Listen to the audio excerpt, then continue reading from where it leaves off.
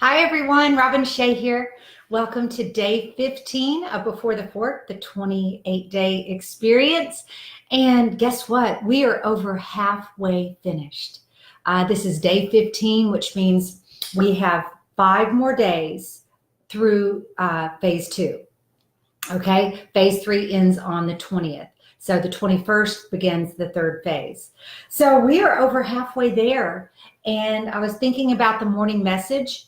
And I thought, you know what? Let's talk about life's 20%.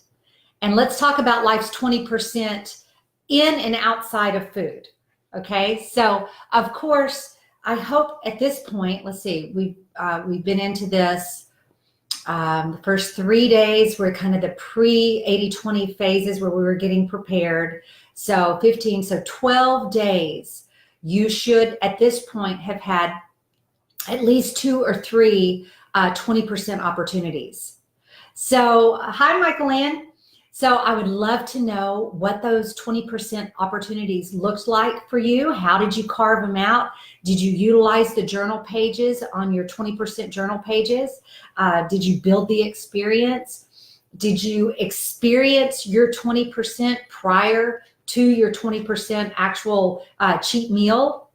Meaning that, did you get to go inside your mind and enjoy the 20% to kind of soothe the weakness that you were having at the moment? You know, we talked about that, how you can actually enjoy your 20% multiple times because you build the experience on paper first, then you can experience it in your mind, and then you actually get to enjoy it in real time when the moment appears. So I would love to know about your 20% and how those were spent. Kelly and I were able to do 2 of our 20% together during her visit here, and that was wonderful. But you know, there's other sides of life that the same rule can apply, the 20% rule. And I kind of had a 20% morning with my relationships, with some friendships that I have. Hi, Teresa. Meaning that the last couple of weeks, with some things that have been going on personally in our lives, Kelly's visit here, I didn't have the opportunity to make some connections and some phone calls that I really had been wanting to make.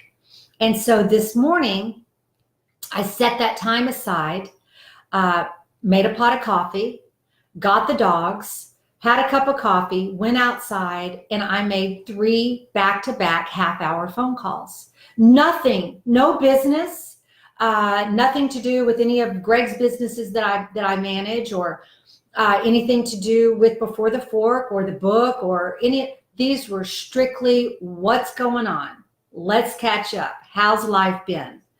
But I had to carve that time aside. Now, over the course of the last couple of weeks, with these particular individuals, we had so much to catch up on that a text was inadequate.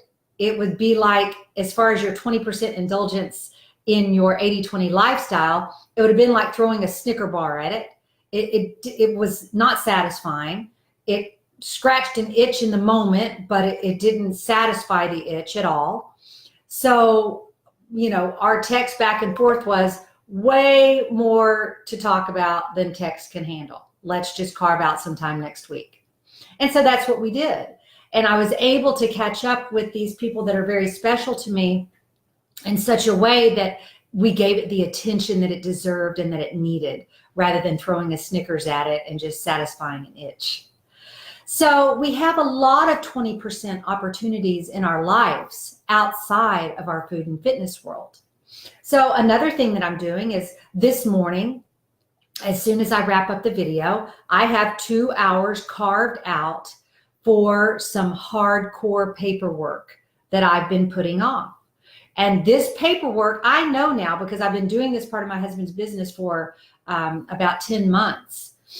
I know that when I finish with this paperwork, although it's a little bit daunting in the beginning, the satisfaction that it brings on the other end of being finished with it is wonderful. I absolutely know that the reward is so much worth the effort. It is so worth the effort that I put into it. So today I challenge you to look inside your life and start framing things from the 80-20 perspective. Now, what you'll notice is that outside of nutrition, 80-20 actually flips, and the 20% is the work and the 80% is the excess. So you'll notice that in everywhere outside of nutrition, 80-20 is flipped on its head, where 20% of the effort garners 80% of the results. So for instance, the conversations this morning, caring for those relationships took a small amount of time, but it builds this vast bank of the 80% of depth of friendship that I have with these people in my life. You'll look in your work environment. The 20% of work that I'm pouring into the books this morning is the 80% of the actualization within the business. You'll notice in any sales organization, there's a small percentage of salespeople that garner 80% of the results of the company. So it's the same 80-20 concept. 80-20 was introduced in the 1700s, the concept of 80-20. It's called the Pareto principle. And the Pareto principle outside of nutrition is the exact opposite of what I teach in 80-20, because what I teach is that with the 80% invested in your physical health, you can always enjoy a 20% indulgence. So I kind of flipped Pareto a little bit on its ear, but basically the Pareto distribution is that 20% of your effort will garner 80% of your results. And it's very, very universal. So start looking for the Pareto principle to be applying in multiple areas of your life. As a matter of fact, let's look at 80-20 from a little bit of a different slant as far as 80-20 lifestyle, the nutritional aspect that I teach. Perhaps it's not that the 80% nourishing your physical body allows for the 20% indulgence. Maybe, just maybe, it's the 20% pleasure that allows the 80% of healthful living. So maybe I'm framing it wrong. Maybe I could frame it to match the original Pareto distribution principle, or maybe it's that 20% that empowers us to live in the much more structured 80%. Maybe that would be a better way. I'd love your thoughts on that. Maybe that would be a better way to frame it. You know, I kind of frame it in the reverse, where because of the 80%, you get the 20%. But maybe it's because of the 20%, you're able to function within the 80%. Okay, let's read what Michael Ann is doing. My 20% this past weekend was enjoying a birthday celebration for my daughter with caramel brownies and vanilla bean ice cream. Does it get any better? Caramel is my weakness. It's my go-to. It's my security blanket. I'll pass by any sweet. And if there's a caramel there, I always do it. Ooh, can I fit that in? Because caramel is absolutely my weakness. Greg, it's brownies. Vanilla ice cream, it ranks right up there as well. So good on you. You got a good celebration and you felt like you were part of the party, didn't you?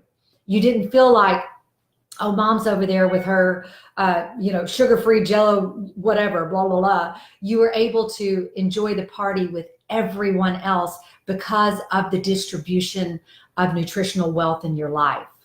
You were able to enjoy that. So way to go, Michael Ann. Hi, Bernadette. Glad to have you. Hi, Teresa. So, that's just kind of my message this morning, is to look in other areas of your life for the Pareto distribution to be working. And maybe that will allow you to strengthen areas of your life that you recognize that the distribution is imbalanced. Maybe there's areas of your life that could really kick it into the next gear if your division of time was spent a little differently, if you were paying more attention to the meat of the work and less attention to the superfluous things that aren't actually reflective. You know, it's like I've been in many sales environments, and you always know two of the greatest salesmen I've ever known in my life are my father and my husband.